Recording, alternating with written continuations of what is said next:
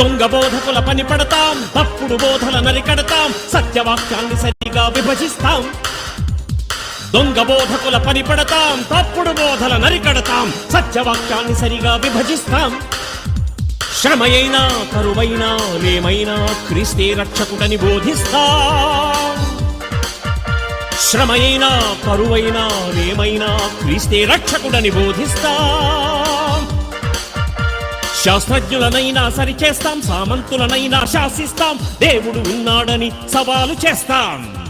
శాస్త్రజ్ఞులనైనా సరిచేస్తాం, సామంతులనైనా శాసిస్తాం, దేవుడు ఉన్నాడని సవాలు చేస్తాం.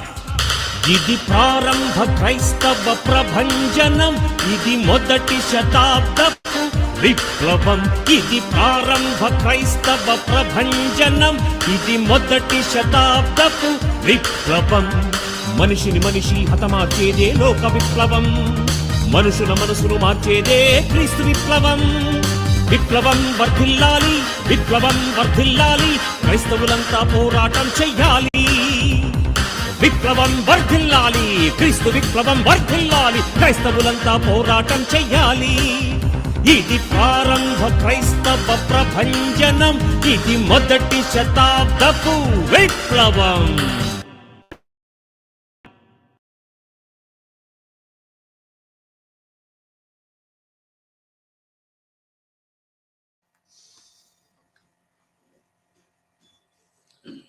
క్రీస్తునందు ప్రియులందరికీ కూడా హృదయపూర్వకమైన వందనాలు. జకరియా గ్రంథము 3వ అధ్యాయము. జకరియా గ్రంథము 3వ అధ్యాయము 5వ వచనం నుండి 8వ వచనం వరకు చదువుకుని దాంట్లో ఉన్న సందర్భాలను ఆలోచన చేసే ప్రయత్నం చేద్దాము. చదవగలిగి వీలున్న వారందరూ కూడా చదవటానికి ప్రయత్నం చేయండి. జకరియా గ్రంథము 3వ అధ్యాయం.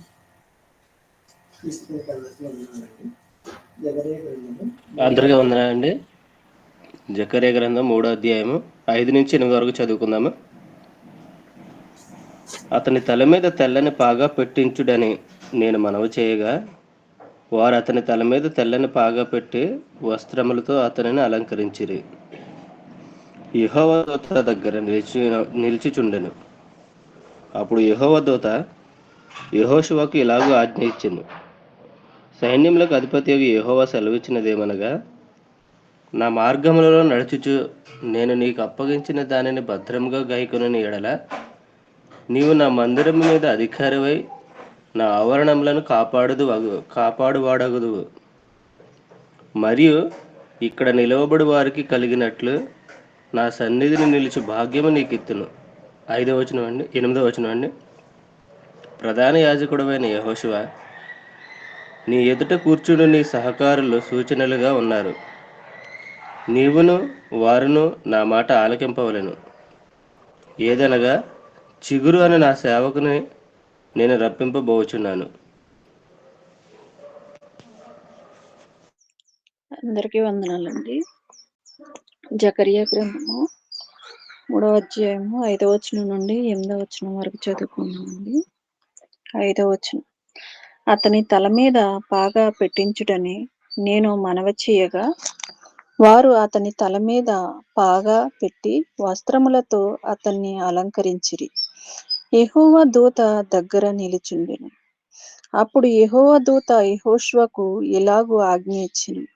సైన్యములకు అధిపతియగు యెహోవా సెలవిచ్చినదేమనగా, నా మార్గములలో నడుచుచు నేను అప్పగించిన దానిని భద్రముగా గైకొనిన ఎడల నీవు నా మందిరము మీద అధికారివై నా ఆవరణములను కాపాడువాడవగుదువు. మరియు ఇక్కడ నిలువబడి బడు వారికి కలిగినట్లు నా సన్నిధిని నిలుచు భాగ్యము నీకిత్తును. చివరిగా 8వ వచనం చదువుతున్నానండి. ప్రధాన యాజకుడు అయిన యెహోషువ, నీ ఎదుట కూర్చుండు నీ సహకారులు సూచనలుగా ఉన్నారు. నీవును వారును నా మాట ఆలకింపవలెను. ఏదనగా చిగురు అను నా సేవకుని నేను రప్పింపబోచున్నాను.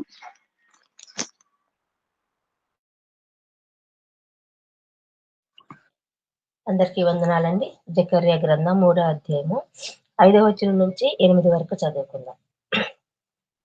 అతని తల మీద తెల్లని పాగా పెట్టించుడని నేను మనవి చేయగా, వారు అతని తల మీద తెల్లని పాగా పెట్టి వస్త్రములతో అతన్ని అలంకరించిరి. యెహోవా దూత దగ్గర నిలుచుండెను. అప్పుడు యెహోవా దూత యెహోషువకు ఈలాగు ఆజ్ఞ ఇచ్చెను. సైన్యములకు అధిపతియగు యెహోవా సెలవిచ్చినదేమనగా, నా మార్గములలో నడుచుచు నేను నీకు అప్పగించిన దాన్ని భద్రంగా గైకొని ఎడల నీవు నా మందిరం మీద అధికారివై నా ఆవరణములను కాపాడువాడవగదు. మరియు ఇక్కడ నిలువబడు వారికి కలిగినట్లు నా సన్నిధిని నిలుచు భాగ్యము నీకిత్తును. చివరిగా 8వ వచనం. ప్రధాన యాజకుడవైన యెహోషువ, నీ ఎదుట కూర్చుండు నీ సహకారులు సూచనలుగా ఉన్నారు. నీవును వారును నా మాట ఆలకింపవలెను. ఏదనగా, చిగురు అను నా సేవకుని నేను రప్పింపబోచున్నాను.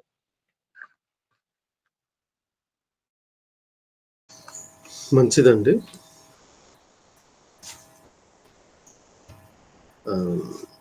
ఇక్కడ 5వ వచనం వచ్చేటప్పటికి చాలా చక్కటి వివరణాత్మకంగాను, ముందుకు సాగటానికి వెసులుబాటుగాను మనకి కనిపించే ఒక అంశం మనల్ని ఆకర్షిస్తుంది. కొన్ని విశ్లేషణల ప్రకారంగా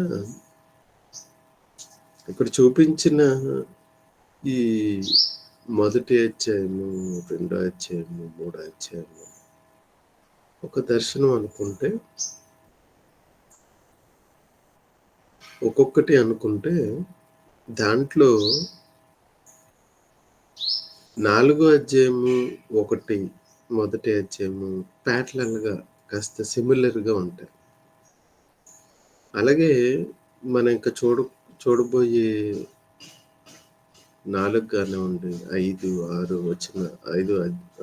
వచనాలలో అధ్యాయాలలో ఈ 3వ దర్శనం అలాగే 6వ దర్శనం సమాంతరంగా ఉంటాయి.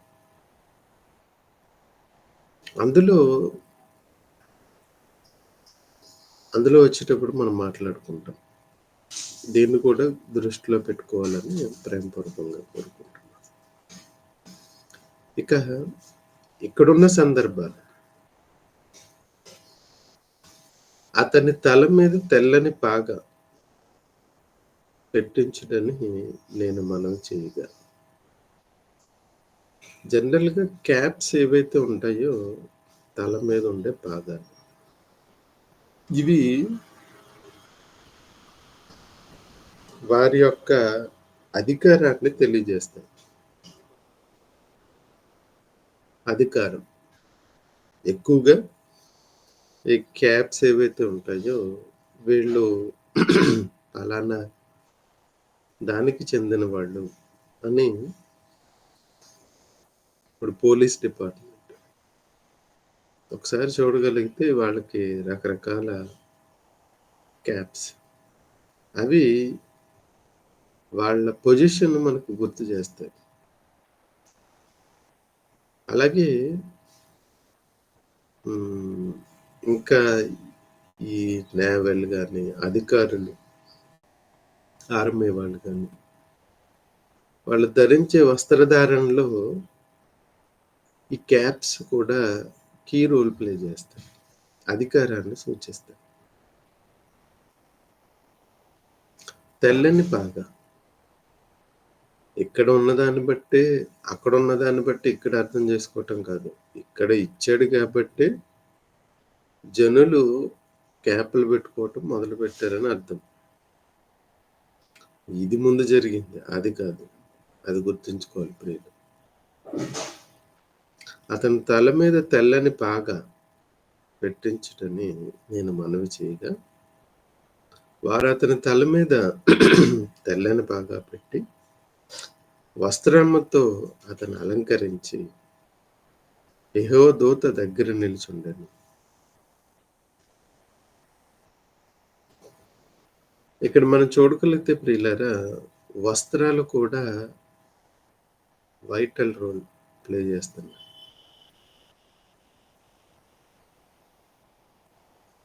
వస్త్రాలు, తల మీద పాగా, ఇవన్నీ మనం చూస్తుంటే ఇది ఏదో ఒక సిమిలర్ వ్యవహారాన్ని సూచిస్తుందేమో అనిపించేటట్లుగా మనకుంటుంది. ఏంటి అనంటే, ఒకసారి మనకు తెలిసిన వాటిల ద్వారానే మనం తెలుసుకునే ప్రయత్నాన్ని కూడా చేద్దాం. ఎందుకంటే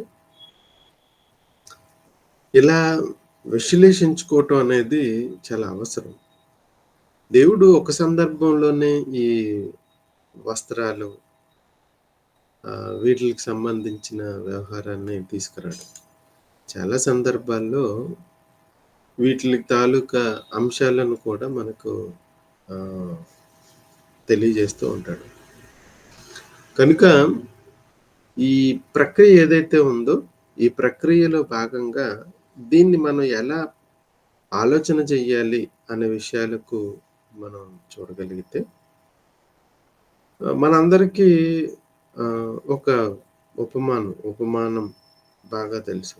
అదేంటి అంటే తప్పిపోయిన కుమారుడు. ఒకసారి అక్కడికి వెళ్ళే ప్రయత్నం చేద్దాం ప్రియులు. అప్పుడు మనకి కాస్త అవగాహన రావటానికి ఉంటుంది.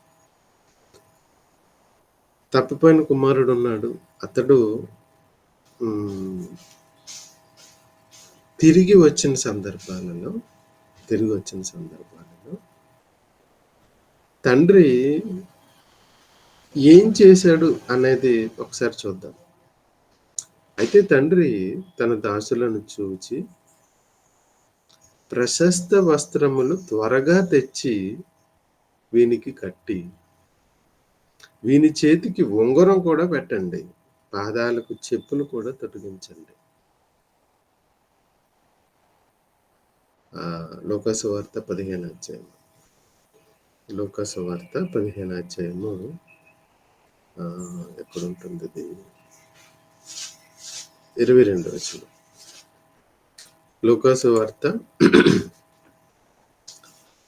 15వ అధ్యాయము 22వ వచనం. అయితే తండ్రి తన దాసులను చూచి, ప్రశస్త వస్త్రం త్వరగా తెచ్చి వీనికి కట్టి, చేతికి వస్త్రాలు పెట్టటం, ఉంగరాన్ని తొడిగించటం అనగానే, ఉంగరం కూడా పవర్ని సూచిస్తుంది. పవర్.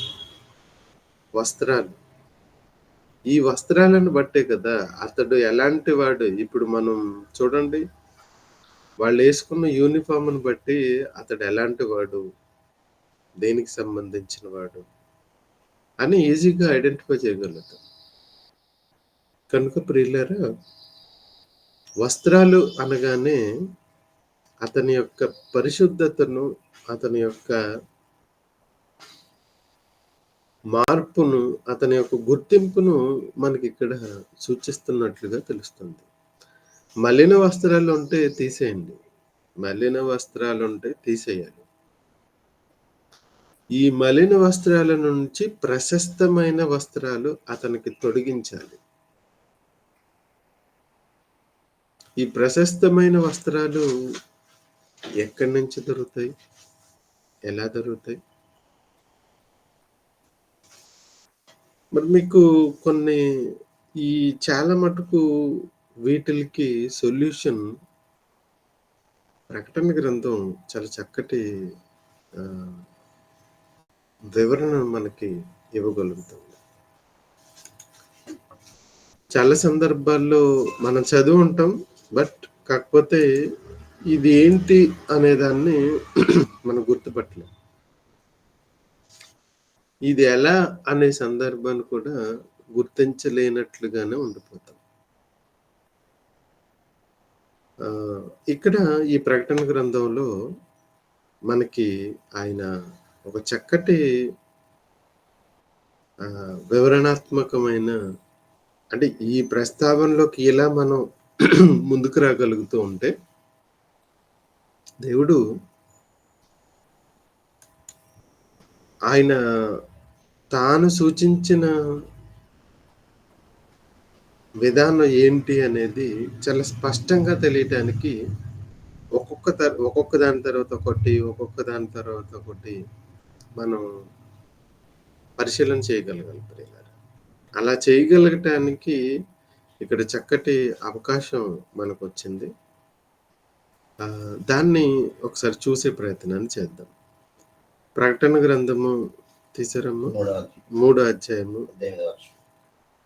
ప్రకటన గ్రంథము కాస్త ముందు నుంచే చూద్దాం. ప్రకటన గ్రంథము 3వ అధ్యాయము 17వ వచనం. నీవు దౌర్భాగ్యుడవు. ఒక్క నిమిషం. ఇక్కడ చూద్దాం ప్రియులారా. కాస్త ఇక్కడ చూడగలిగితే నీ క్రియలు నా ఎదుట సంపూర్ణమైనవిగా నాకు కనపడలేదు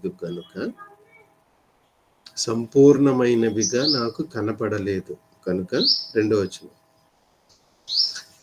జాగరూకుడవై చావనయున్న మిగిలిన వాటిని బలపరచుము. నీవెలాగో ఉపదేశము పొందితువో ఎలాగూ వింటువో చెప్తున్నాడు చూడండి. నువ్వు ఎలాగూ వింటువో జ్ఞాపకం చేసుకొని దానిని గైకొనుచు మారు మనసు పొందుము. నీ జాగరూకుడవై ఉండిన ఎడల నేను దొంగ వలె నీ దగ్గరికి ఏ గడియలో వస్తానో తెలియదు. నువ్వేం చెయ్యాలి అంటే, తమ వస్త్రములను అపవిత్రపరుచుకొనిన కొందరు, అంటే మలినపరిచేసుకున్నారు. అపవిత్రపరుచుకొనిన కొందరు ఎక్కడున్నారు? నీ యొద్ద ఉన్నారు, సార్దీసు. వారు అర్హులు గనుక తెల్లని వస్త్రములు ధరించుకొని నాతో కూడా సంచరించెదరు. అర్హులు, బట్ వాళ్ళకి కొన్ని కాన్ఫ్లిక్ట్స్ ఉన్నాయి. సంపూర్ణులుగా నాకు కనబడట్లేదు. కనుక సంపూర్ణులుగా కనబడాలంటే వాళ్ళ వస్త్రాలను శుభ్రం చేసుకోవాలి. తమ వస్త్రములను అపవిత్రపరుచుకొనిన కొందరు సార్దీసులో ఉన్నారు. వస్త్రాలే కదా, మార్చుకుంటే సరిపోద్ది, అంతే కదండి. ఇప్పుడు మనం చూడండి, ఎక్కడికైనా ఫంక్షన్కి వెళ్ళాలి అనుకున్నప్పుడు ఆ డ్రెస్సింగ్ వేరుంటుంది, ఇంటి దగ్గర ఉన్నప్పుడు డ్రెస్సింగ్ వేరుంటుంది. బయటికి వెళ్ళేటప్పుడు కూడా ఇంటి దగ్గర వేసుకున్న బట్టలు వేసుకుంటే మన గౌరవం పోతుంది, ఖచ్చితంగా పోతుంది. కనుక ఎక్కడ ఏ వస్త్రాలు ధరించాలో వాటినే ధరించాలి.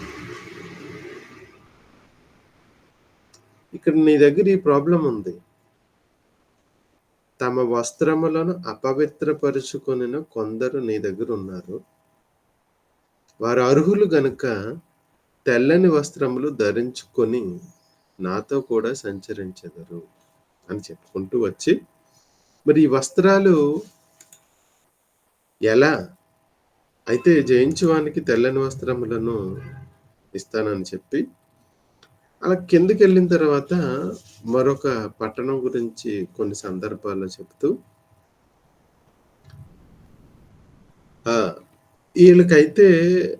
వీళ్ళ వస్త్రాలు వాళ్ళ మురికిగా ఉన్నాయి. ఇక్కడికి వచ్చేటప్పటికి అసలు బట్టలే లేవు.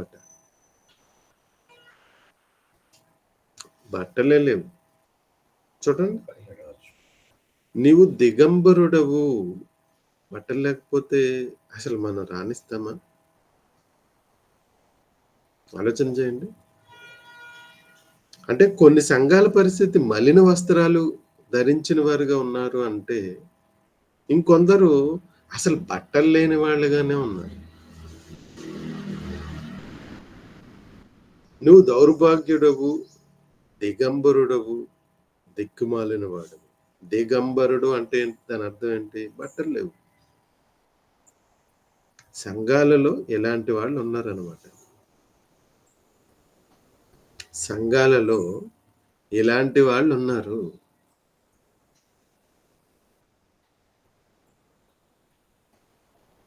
ఎలా ఉంటుందో చూడండి.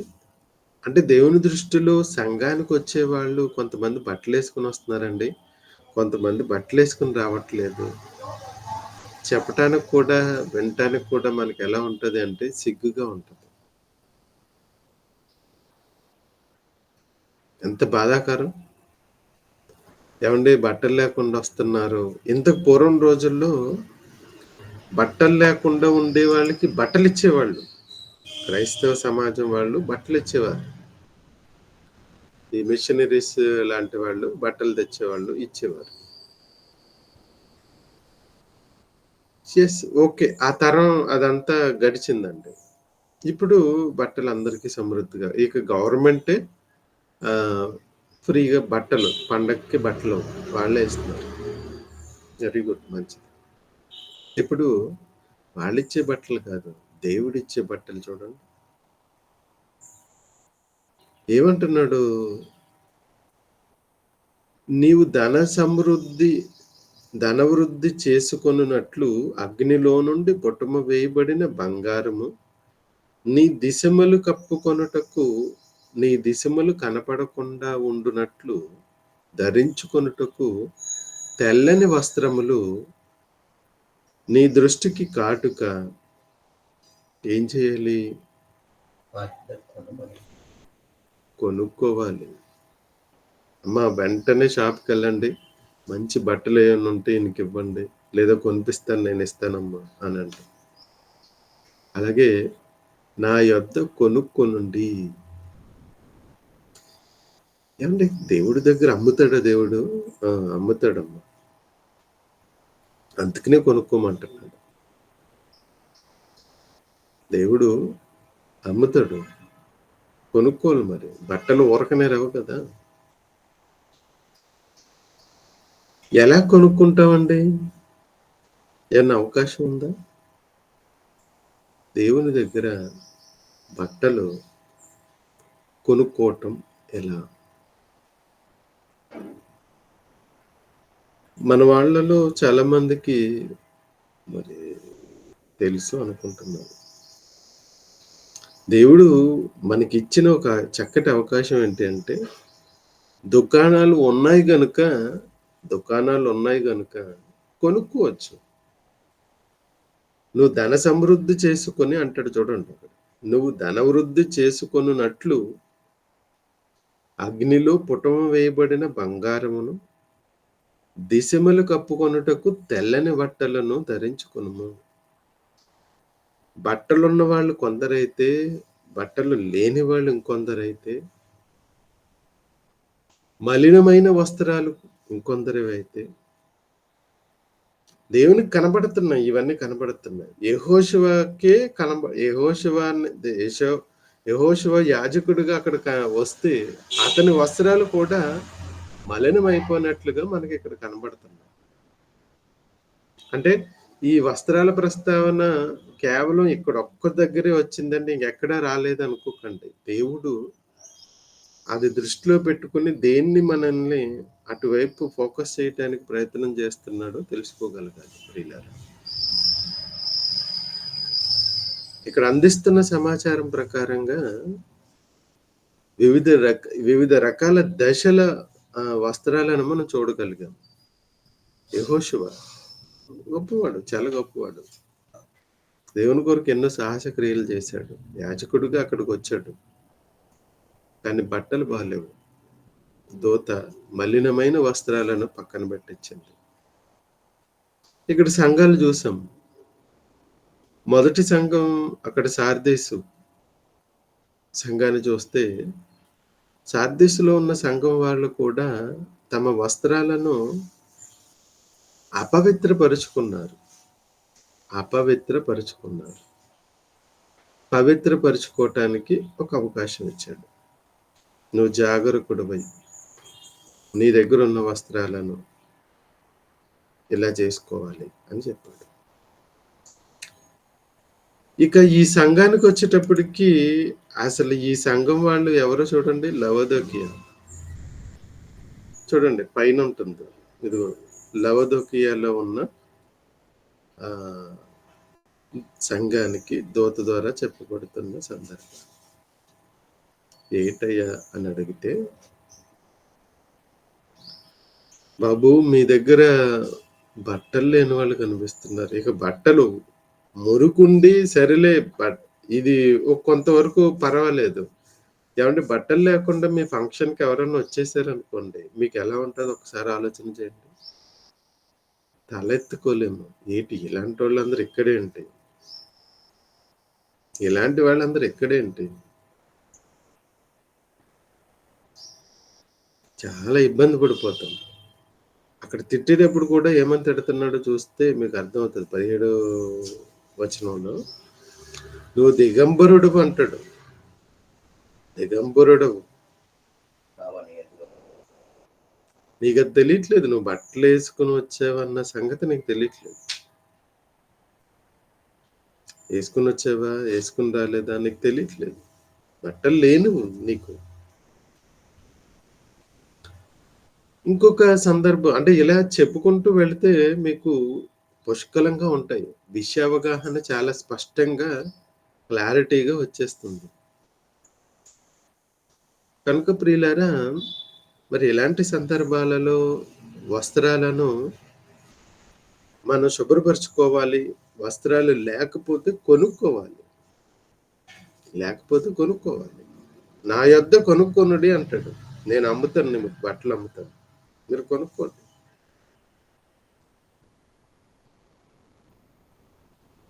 ఇక ఇలాంటి ప్రస్తావనలోకి రాగలిగితే చాలా ఉన్నాయి చక్కటి సందర్భాలు. ఆయన విందుకు పిలిచాడట. పిలిచినప్పుడు ఒక ఆయన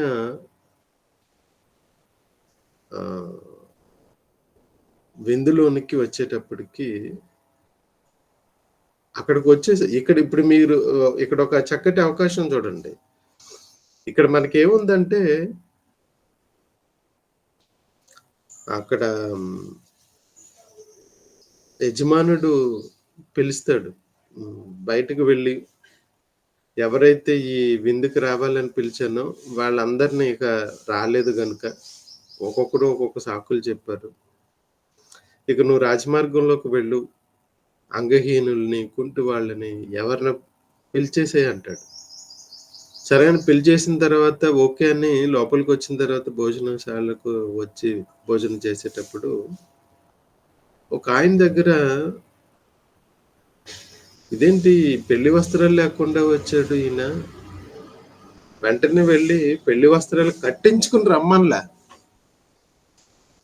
పెళ్లి వస్త్రాలు వేసుకుని రమ్మనలేదు అక్కడ. మరి గమనించగలగాలి, అన్ని సందర్భాలు ఒకలా ఉండవు. పెళ్లి వస్త్రాలు ధరించుకుని రానాయన అనలే, వీడిని తీసుకెళ్లి అగ్నిగుండంలో పడేయండి అన్నాడు. అంటే ఇక అక్కడికి వచ్చేటప్పటికి అవకాశం లేదనుకోండి, క్లోజ్. కనుక ప్రియులారా, ఇక్కడ అవకాశం ఉంది. వస్త్రాలు, మలిన వస్త్రాలు లేకపోతే వస్త్రాలు కొనుక్కునే అవకాశం ఇక్కడుంది. కానీ అక్కడికి వెళ్ళిన తర్వాత, ఆ దశకు వెళ్ళిన తర్వాత అవకాశమే లేదు. కనుక మీరు కూడా గమనించగలగాలి, మనం కూడా వస్త్రాలు చాలా ఇంపార్టెంట్. మరి అవి ఏంటి, ఎలా అనే సందర్భాలు, ఎలా కొనుక్కోవాలి అనే సందర్భాలు రాబోయే రోజుల్లో వాటిని విశ్లేషణాత్మకంగా తెలుసుకునే ప్రయత్నాన్ని చేద్దాం. ప్రార్థనతో ఈ సెషన్ మనం ముగించుకుందాం. మమ్మల్ని మిక్కిలిగా ప్రేమించిన మా ప్రియ పరలోకపు తండ్రి, ఈ ఉదయకాల వేళల్లో మీరు రాయించిన గ్రంథంలోని మాటలను ఆలోచన చేయటానికి మీరు మాకు అనుగ్రహించిన ఈ అవకాశాన్ని బట్టి వందనాలు చెల్లించుకుంటున్నాం. ఇట్టి అవకాశాన్ని సద్వినియోగపరుచుకుంటూ చెప్పబడిన సందర్భాలని మననం చేస్తూ మిమ్మలను గురిగా పెట్టుకుని మా పరిస్థితులను మార్చుకొని, మా మనసును మార్చుకొని, మీ కొరకు, మీ మహిమ కొరకు, అలాగే మా నిత్య అవసరాల కొరకు మేము కష్టపడి పనిచేసి వాటిని సంపాదించుకునే భాగ్యాన్ని మాకు అనుగ్రహించమని, ఉన్న పరిస్థితులన్నీ అర్థం చేసుకోగలటానికి చక్కటి అవకాశాన్ని అనుగ్రహించమని క్రీస్తు వారి పేరటి ప్రార్థన నడుచున్నాము. అందరికీ వందనాలు. సెలవు.